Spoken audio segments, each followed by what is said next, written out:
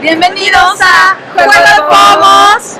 Seguimos en la Feria Internacional del Libro de Guadalajara y hoy estamos por primera vez ya las tres juntas y estamos súper contentas porque vamos a entrevistar a la autora sueca Viveca Sten. Estamos un poco nerviosas y emocionadas y bueno, toda la entrevista pues la vamos a hacer en inglés, entonces beginning from now we are switching to English and we begin our interview with Ceci. Thank you very much, Viveca, for your time. And we're very interested in talking about your book series, which begins with this book on still waters, edited by Oceano, where you can find Mexico. It at Field. And we find it very interesting that most of the crime novel authors have like one lead character, a detective or a lawyer, but it's a male or female, but only one. And you have decided to have both. Yes. A lawyer, whose name is Nora, and a detective, Thomas. And I think this makes you stand out among all the other Swedish authors. How did you come up with this? Was it a conscious decision? Did it just happen? I wanted to use a couple because I wanted to be able to use a male and a female perspective.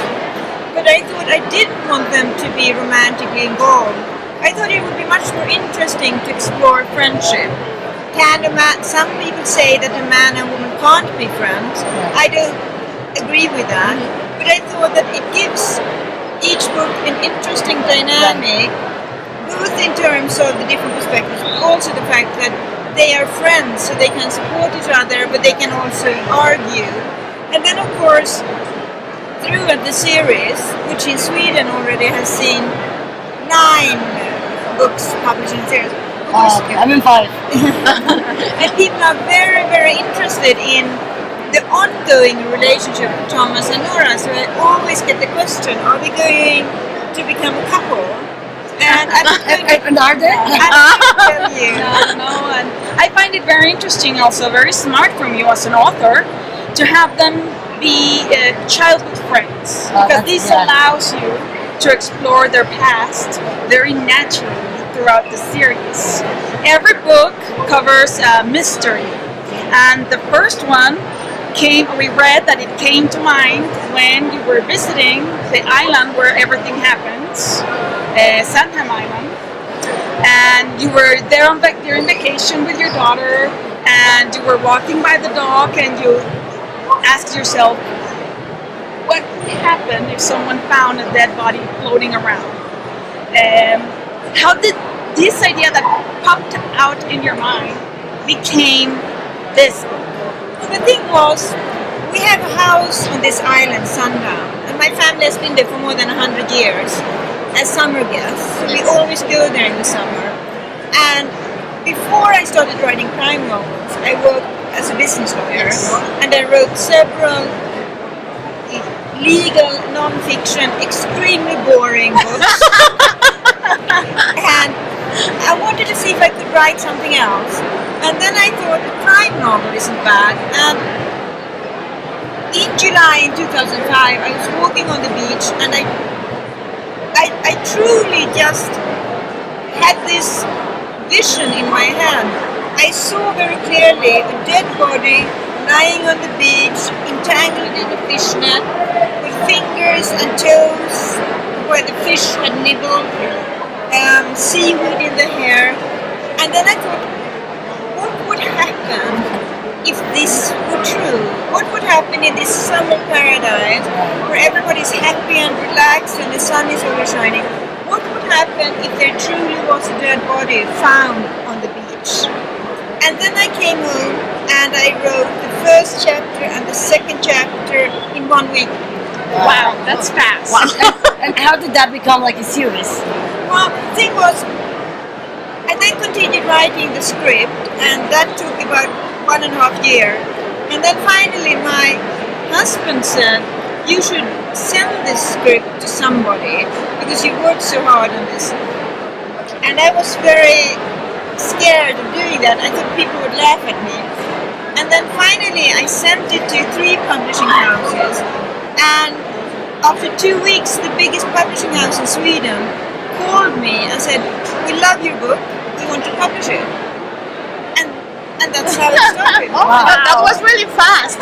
Congratulations. Coming back to this idea of the summer paradise, I would like to ask you also about Sweden, which for some of us in Latin America sounds like a winter paradise. There are a series of ideas that come to mind when we think of Sweden. And it's very curious. Romina has actually visited your She hometown. lived in Sweden I for spent 6 months. 6 months. I was there. And it's very funny because I think that maybe what we have in mind, of course, as it always happens, doesn't match reality.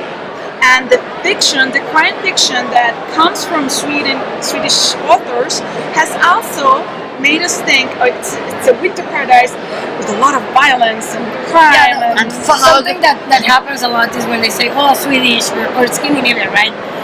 Everything works, healthcare, welfare. It's like a utopia, right?" And then someone says, "Oh, but they have a lot of violence and they have a lot of crime," and I'm like, "Not really." So that's something that we wanted to explore, right? How maybe all of these crime novels and the boom of the Scandinavian authors, not just Sweden, has maybe seed that idea into the mind of people that are far away from Sweden. Let's begin with the winter. Of course it's cold in the winter. Right now it's -7 in Stockholm. Yeah. So I'm going home tomorrow. So that's cold and it's dark. But in the compensation in the summer is not bad. We have the polar light in the summer. So of course in the summer we have almost 22-hour daylight. Yeah, right. And the summers are beautiful. They are short and maybe by your standards not so warm. By our standards, 23 Yeah, and 24 is great. Okay. Yeah, right. So I think for that purpose, of course, it's colder. But personally, I'm a winter person. I love skiing. I love snow. I love seasons. So I'm very Swedish. I love my country and I love living in my country. As if we talk about crime, well, of course, we don't have the amount of violence and crime that you would think if you read all the Scandinavian or the Swedish crime Yeah, like writers. Stig Larsson, like the big No, exactly. whatnot organizations. Yeah. Exactly. And of course, compared to many other countries, I think we are very fortunate. I think we have less than 100 people who are killed every year. So that's compared To Mexico. To it's Mexico, nothing, yeah. or yeah. something. Sadly, no. That's then again, I wouldn't say that we are perfect. Nobody's perfect. We have very good healthcare systems. We have daycare systems. We have free education, free social housing, things like that. But of course, we have our own issues to face in Sweden, and we have challenges, and we have violence, and we have crime.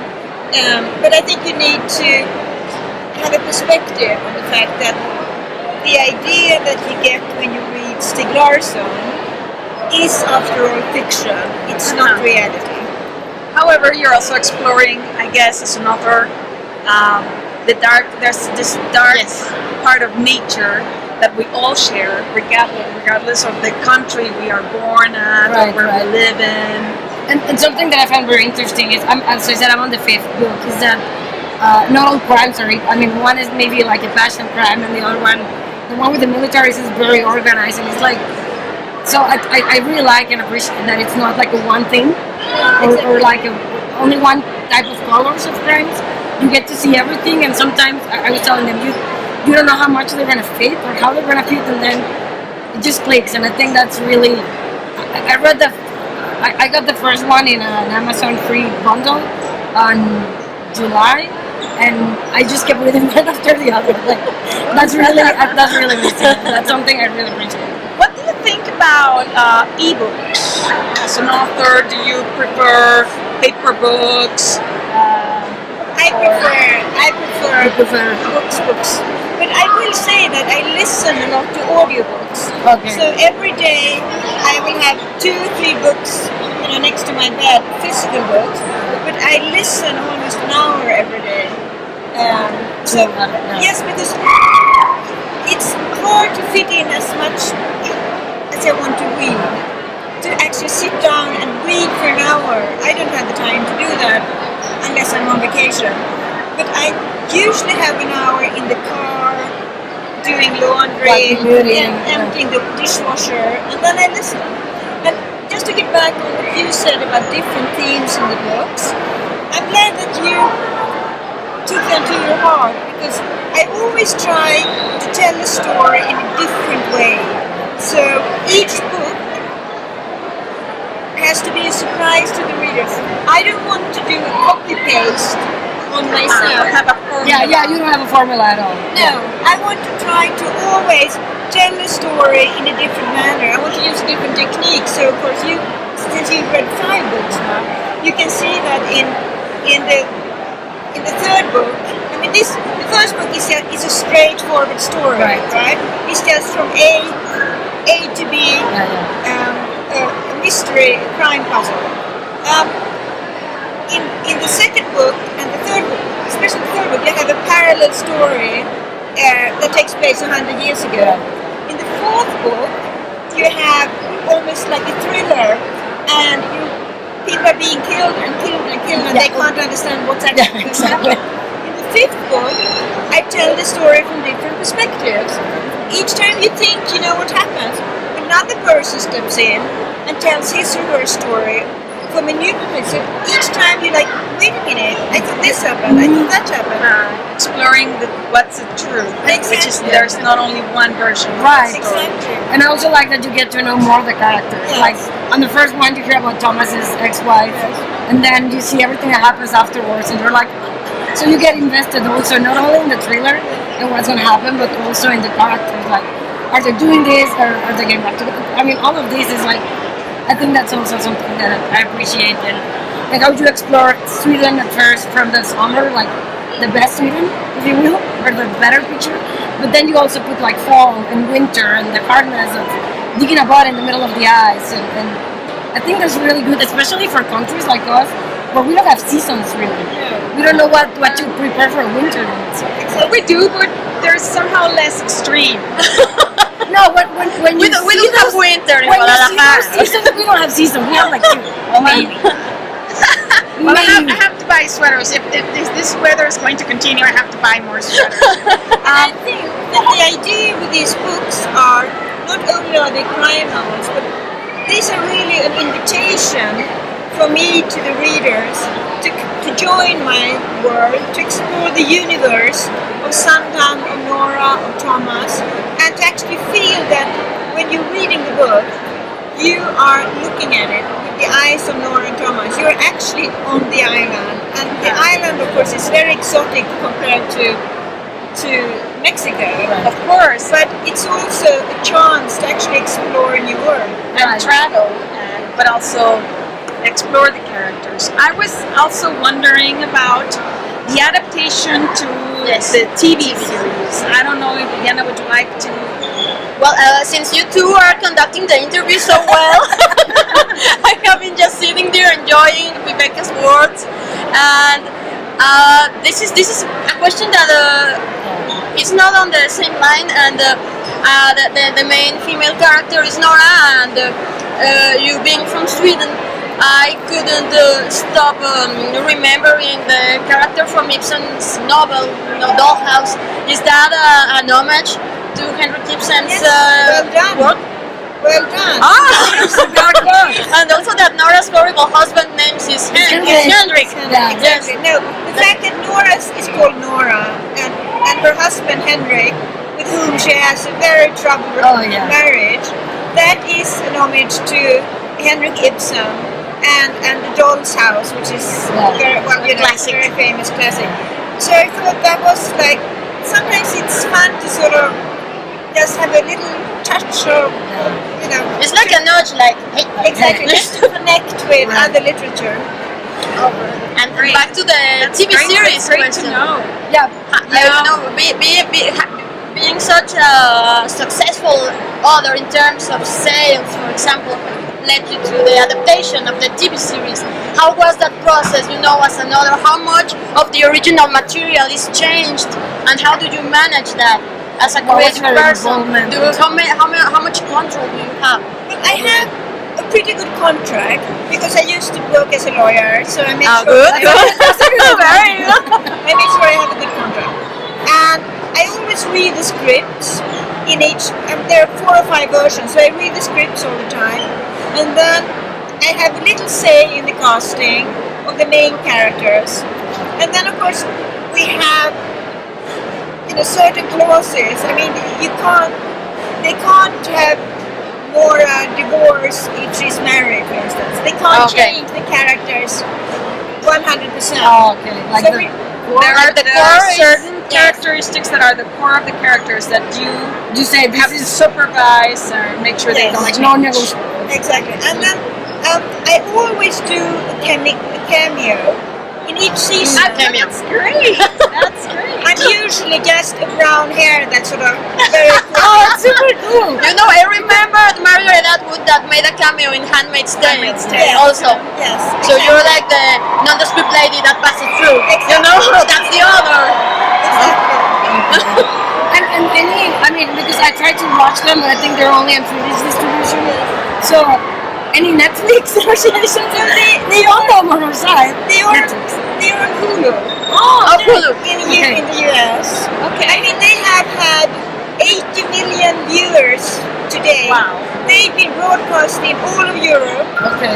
Italy, Germany, France, Poland, Czechoslovakia, and Japan, and all of Scandinavia. So they have been broadcasting quite, but I don't think, unfortunately, Mexico is one of them. No, but we can manage we might to get Hulu try to US. find them. The name of the series is the Sandham Murders. Murders. And maybe eventually we will be able to And we can talk about it in talk Juegos about Pomos. it Yeah. also, Yes, right? yes, Because regular show. our show, we usually also talk about movies and series. I read that one of your the authors that you think that have somehow influenced your work is the book actually Shutter Island, which has been adapted to film and acted by Leo DiCaprio. But are there any movies or series do you have time to do? Because I know that you have a very busy day. Do you have time to actually watch something that you could recommend for our viewers? Well, you know what I do? We have a gym in our cellar, so every morning I go to the gym. Okay. I'm on the treadmill, Yes. and then I watch You have a series. TV. Oh, Okay. TV. You multitask a lot, basically. Exactly, and that's how I manage to look, to look at all these films. Because otherwise, I don't have the time because I'm so busy. But I spend almost an hour in the gym every morning, and then I watch. So right now, I'm watching the last season of House of Cards. Oh, House okay. of Cards, And then okay. of course I watch The Handmaid's Tale, Oh. and I am and Suits is a favorite of mine. Of course. And then of lawyers. course, exactly. Yeah. And I love Game of Thrones. I'm waiting for the last great. season. of Game of That's how we That's how we began our channel, by reviewing Game of Thrones. Thrones. I love Yes. Game of Thrones. I can't wait for the last season. Yes, me too. And I think we're like almost at the top of the hour where we have to leave, but since as we mentioned, we drink a little bit when we do our thing. We wanted to see if you have like a favorite drink that you will have when you relax, or do the vlog on this time of season. I'm going to be horribly conservative now and say I love a nice cup of tea when I'm. Yes, I read somewhere that you cannot drink more than 2 Glasses of glasses of wine. I'm very But I moderate. don't know. I'm not a big person, so I'm fine with 1 or 2 glasses of wine, and then I'm fine. You know your limits. Yes, You know I your my limits. Exactly. Well, I just wanted to say that I find it also very interesting as an author that you are a very smart person, and that because of your lawyer background, when you actually got your first contract, you were ready with a whole business project for this. You knew it was a series of books. You had an idea of how to merchandise it.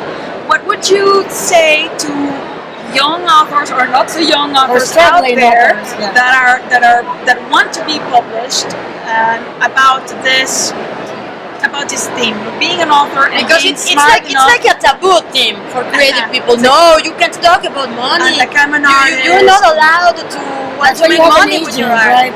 Yes. So I don't know if you could say a few words for them out there about this and in general about writing. You know, I think, to be honest, I think there are two major pieces of advice if you want to become an author. The first one is read. You have to read a lot. That's the only way that you're going to understand literature, by reading. Then you have to write a lot. And you have to write and realize that most of the stuff you write is not great, and especially not in the beginning. But if you write something, you can always edit it, you can change it, you can make it better. But if you're just sitting there thinking that I can never do anything that's okay, then what are you going to edit? So edit and read and write, and then I think it's perfectly fine to have a plan. It's great to have a plan. Set up a goal, make up your mind what you want to do. If you are being rejected, remember that J.K. Rowling was rejected 50 times before she actually got a contract. So don't worry, everybody's rejected. Just try again, and try again, and try again. Thank you so Thanks much. very much Thank you for your time, for your great chat. And we invite you to read Viveca, even if we are going to be able eventually to watch the series. Read the source. Always read the source, yeah. Material original. You can find it here in Mexico, en Aguas Tranquilas, edited by Océano, aquí en Phil o en cualquier librería de México. Muchas gracias. Muchas gracias. Thank you very much. Talk to me good. Gracias. Very much. Bye.